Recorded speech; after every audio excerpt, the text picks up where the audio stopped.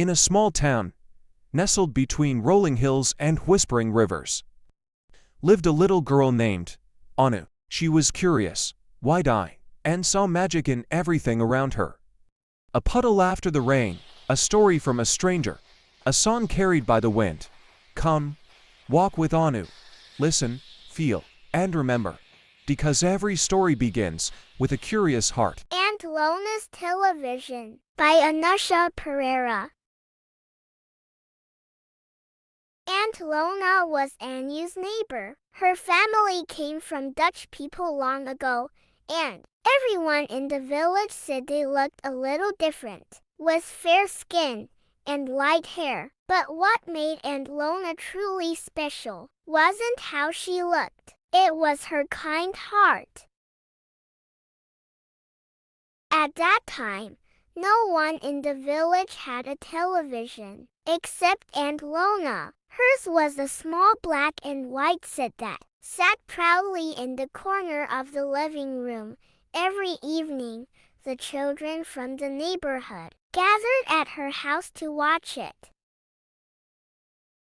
Aunt Lona would smile as they came running in. Anu and her brother Nero, and all the other children too.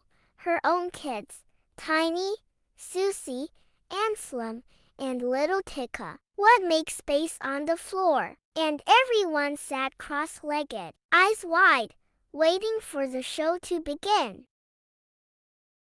Their favorite program was Sesame Street. The moment they heard the theme song, Sunny Day, sweeping the clouds away, they'd all cheer. The big bird was everyone's favorite, especially Tiny's.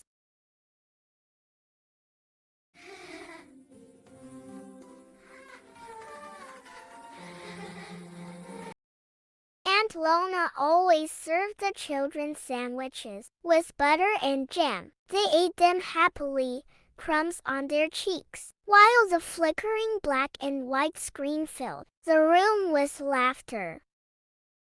After the show, the children would run outside and act out the scenes, laughing and playing in the yard. Tiny always wanted to be Big Bird.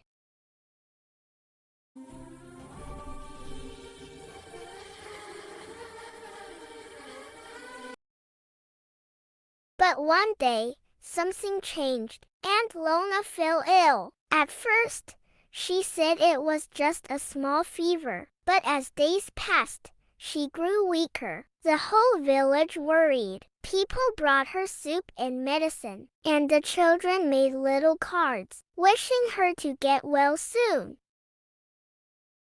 Then, one afternoon, Anu came running to Aunt Lona's house and found the curtains closed. The living room felt quiet, too quiet. The television wasn't there anymore. Tiny whispered sadly, "We had to sell it to buy Mummy's medicine." Anu felt so sad. The little black and white box that had once brought so much joy was gone. The evenings suddenly felt empty without the laughter of Sesame Street.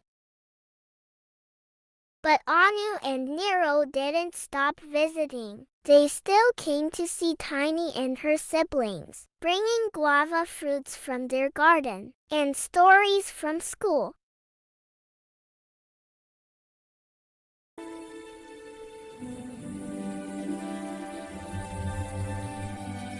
Aunt Lona sits in her wooden chair, eyes filled with tears of joy, and a warm smile on her face. Her hands are clasped together in gratitude as she looks at the children gathered before her. Anu, Nero, Tiny, Susie, Anselm, and Tika stand proudly, still in their playful homemade costumes from the Sesame Street show, paper hats, cardboard wings, and colorful hand puppets. The laughter has faded into a peaceful, happy silence filled with love. Behind them, neighbors watch fondly from the garden gate, smiling. The orange glow of the sunset bathes everything in soft light. The flowers, the little wooden fence, and Aunt Lona's shawl fluttering gently in the breeze. People in that village were always there, for each other, in good and bad time.